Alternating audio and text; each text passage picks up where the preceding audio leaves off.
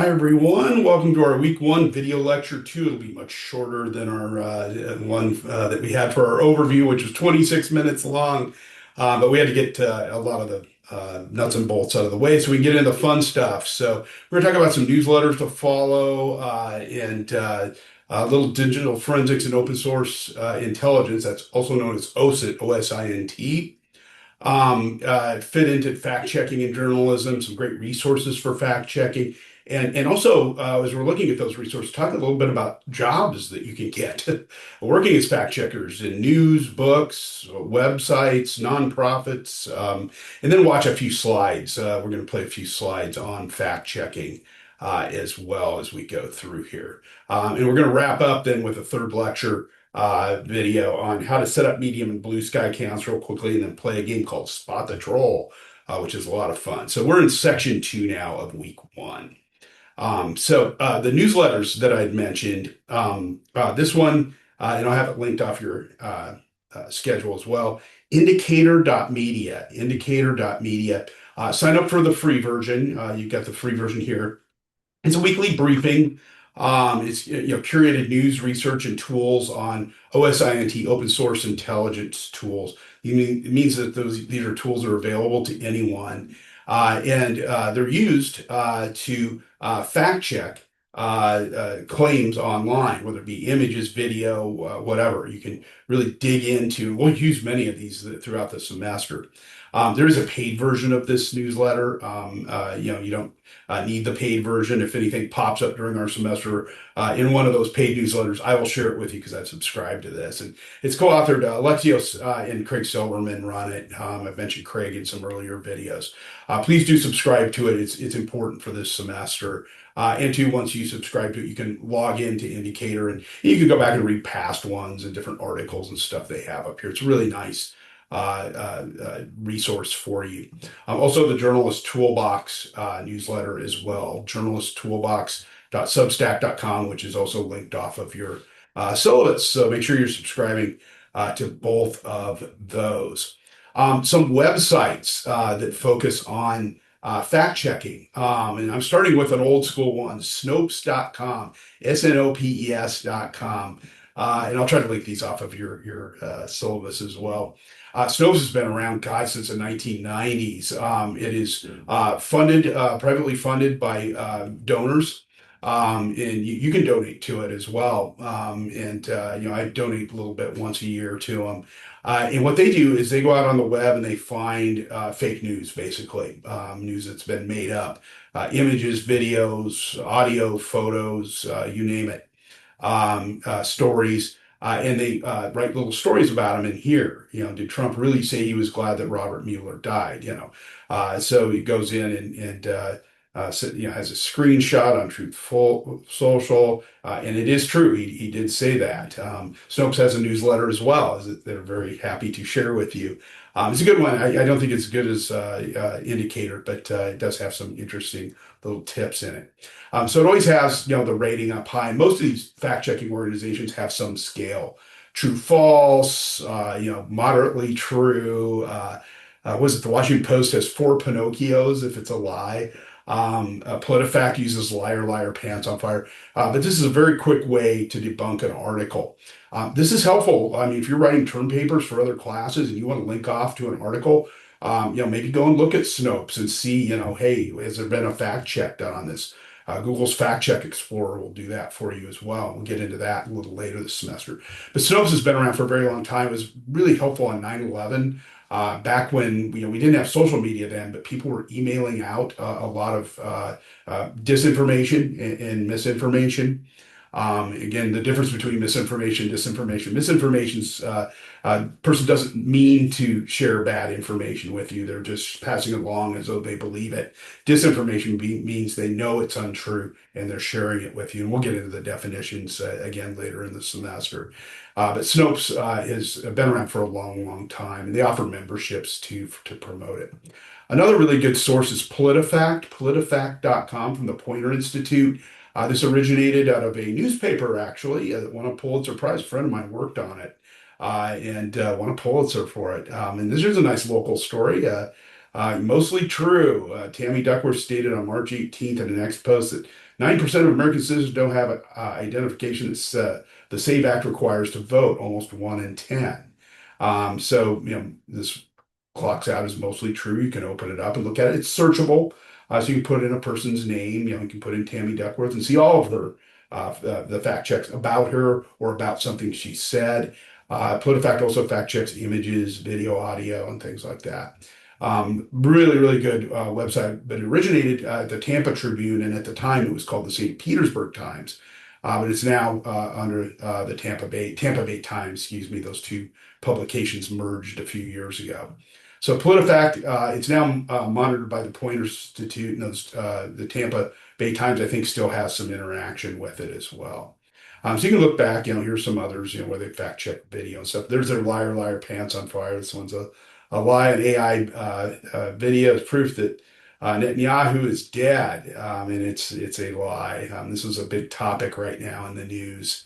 We actually talked about it in class the other day. So this is a really good resource for you. Trustingnews.org. This is an organization that builds things called trust kits. They do a lot of research in the area of trust in the media. Trust in the media has decreased quite a bit over the last 40, 50 years, down to under 24% of readers trust the news now, trust media outlets to bring them information. Whereas that used to be, much, much higher when I was in grade school. It was right after the Watergate investigation by Woodward and Bernstein, and people were depending on the news.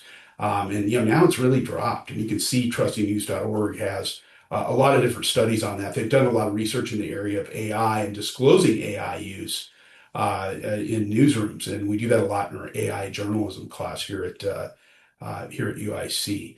So trustingnews.org, another really good resource. And again, I'll have these all listed on your syllabus. Factcheck.org is another one. It's part of the Annenberg Public Policy Center, which is affiliated with USC out in Los Angeles.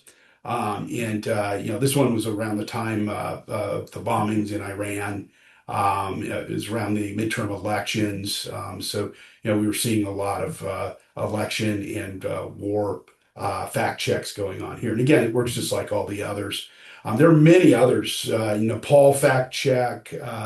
They're all over the world. Australia's AP has fact check organization or a fact checking arm. And we'll get into some of those a little later. Rappler has some really good ones as well. So just so you know, some of these websites out here, and these places hire young people to go and work for them.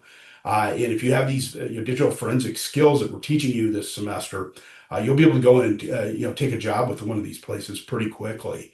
And some of them do internships, so always reach out to them.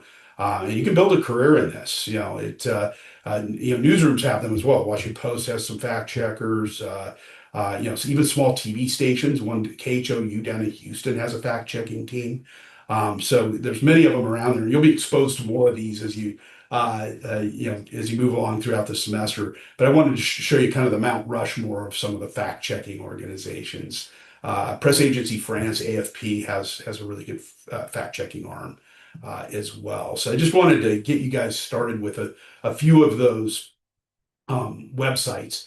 And again, they're linked off your syllabus. So we'll get into some slides now. I'm just going to talk about a few fundamental things. And some of this we may revisit throughout the semester. But a lot of it is the concern for fake news is high. 73% of inaccurate info on the web, and I'm going to go back to that slide actually.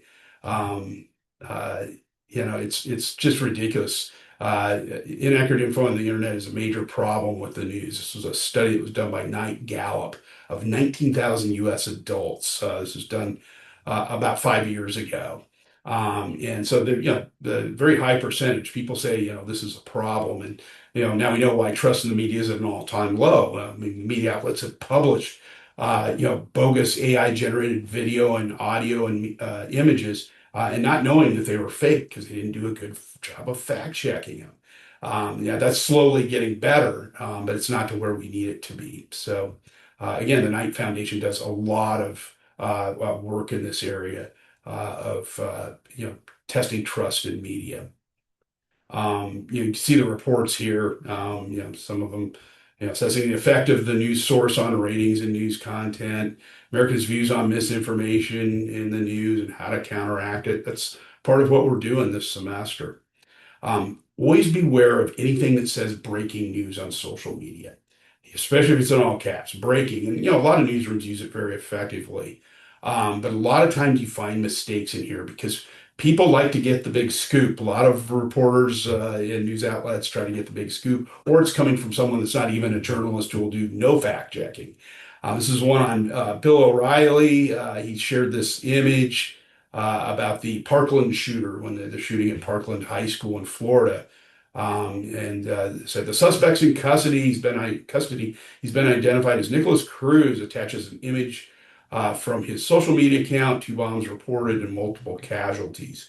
The person they picked up was Nicholas Cruz, but it wasn't this Nicholas Cruz. He got the wrong social media account, but he ran with it anyway in a breaking news scenario. Very dangerous thing to do. Nobody will ever remember you if you get it first. They'll remember you for getting it wrong. So don't be in the rush to publish. Take the time to vet the information. Just because we have the technology, it makes it easy to post things quickly or to like and share things quickly, doesn't mean that we should be doing so. So very important. Here's some of the other ones. There are tons of hoaxes going around online about the shooting at the Parkland High School. There was fake NSA updates, images supposedly from the school. You get this a lot with wildfires, earthquakes. We were seeing a lot during the war with the bombings in Iran, a lot of fake images and things like that. And it's up to the news outlets. This is a local news affiliate saying, don't share these fake images. They're fake. And this is a BuzzFeed News. This is where Craig Silverman used to work. There's already these hoaxes going around about the shooting. So part of our job now is to debunk fake news. It's part of coverage of a breaking news story, unfortunately now. There's, several other examples here. Misattribution of a video. They're all over. My favorite one is this one on the right. We're actually going to work with images that are very similar to this. Jesse Waters was fooled by a fake photo of a shark swimming in Houston. There's about 4 or 5 hurricane photos that are very popular. Most of them show sharks or fish swimming down streets and in urban environments, and they're all bad Photoshop. And we'll show you how to debunk those with some tools a little later in this semester, so you don't get made a fool out of like this guy on Fox News. Here's a good little checklist to follow. Anytime somebody sends you an image online, and we'll revisit this a little later in the semester when we get into image fact checking, but it's good to visit now. Anytime someone sends you information, whether it's through social channels, email, whatever, and you don't know them very well, it's not somebody that you is a source of yours or a friend that's trusted. Run it through this mental checklist. And as journalists, we're kind of wired this way anyway. We tend to be very skeptical of information. So provenance, is it an original piece of content? Who captured it and where was it captured? Where was it first posted online? When was it first posted online? And their motivation. Why did this person capture this? Number 2 and 5 go together. Who captured it? What is their motive for sending it to you? We'll show you Google Fact Check Explorer later in the semester, and this will cover where and when it was captured. You can track that down easily on the web. But the source, who captured it, and why did they capture it and send it to you? What's their motive? Is pretty important. It's also important to understand 7 forms of information disorder. Some can be very, innocent satire or parody images, sent around. You see that sometimes with videos in your Facebook and Twitter feeds, not intention to cause harm, but has potential to fool people. Imposter content where they're impersonating someone else, maybe cutting an AI video of someone saying something that they never said. That falls too under new content that's 100% false and designed to deceive and do harm. That's more of disinformation. Manipulated content, manipulated images like we just saw with the shark. False content is genuine content that's maybe shared with bad context. Maybe it's a photo from an old a hurricane that happened 10 years ago, and somebody's sharing it now thinking it's from the hurricane that's hitting Florida. And it was actually from a hurricane that hit New Orleans 10 years earlier. So false content as well, and false connection. Headlines, visuals, or captions don't support the content. You'll see that sometimes as well. So those are the different types of information disorder. Categorizing them isn't as important as being able to just recognize them. Motivation, you always want to think about when somebody's sending something to you. It's the reason somebody has for acting or behaving in a certain way, or their general desire or willingness of someone to do something for you. You always want to question that motivation. What's their angle? People play many different roles in news stories. Maybe they're the eyewitness that's sending you a photo of a fire in downtown Chicago. Maybe it's the activist that's sharing photo or video from a protest they're at, and they're showing, police officers or ICE officers, beating someone or abusing them in some way. Maybe it's police body cam footage showing their point of view from what happened in that news event. Also, might be a reporter that's sharing it in a more impartial, neutral way. This reporters who are covering this protest. So it's a different point of view than the activist or the cop that's running their police cam video. Always think about that perspective. And again, don't rush to share something, especially on breaking news events that involve violence. This is from about a decade ago, about 9 years ago. Ariana Grande's concert stopped in Manchester, England. There was an explosion. Somebody set off a bomb there. And this is video that the New York Times had that crowdsourced and got from somebody that was attending the concert, showing people fleeing out of the building after the bomb went off. There were a lot of ISIS, attacks that were going on at the time. This was the breaking news story. They vetted this video and knew that it was real. But there was a lot of fake information floating around on the web that people were sharing. Oh my God, Ariana Grande was injured in the attack, and these showed up in Instagram. It showed up, on Facebook. I saw some on Twitter as well that night. I remember this story breaking. It happened late at night over here in the U.S. And I was looking at these images, and I'm like, God, she was in a TV show called Scream Queens just a few months earlier. And that's what these photos are from. This is makeup. And she was off the set, walking off the set of the TV show Scream Queens. It's not from, she was fine at the Manchester concert. She wasn't injured. But somebody took these old photos and presented them and misrepresented them. Kind of like what we talked about on that earlier slide, misrepresented them to people. And people were believing it and sharing these. It was getting likes and comments. People were concerned about her. Not real at all. These are old photos from a TV show set. So always be on the lookout for stuff like that. Simple image search, and we'll show you how to do these a little later, would show that image wasn't from the night of the bombing, that it had been up on the internet for quite some time. So keep those in mind, and we're going to get into this fact checking here in the days and weeks to come. So that's the fact checking overview slide. So I hope you enjoyed this segment. Lecture 3 will be on setting up medium and blue sky and playing Spot the Troll.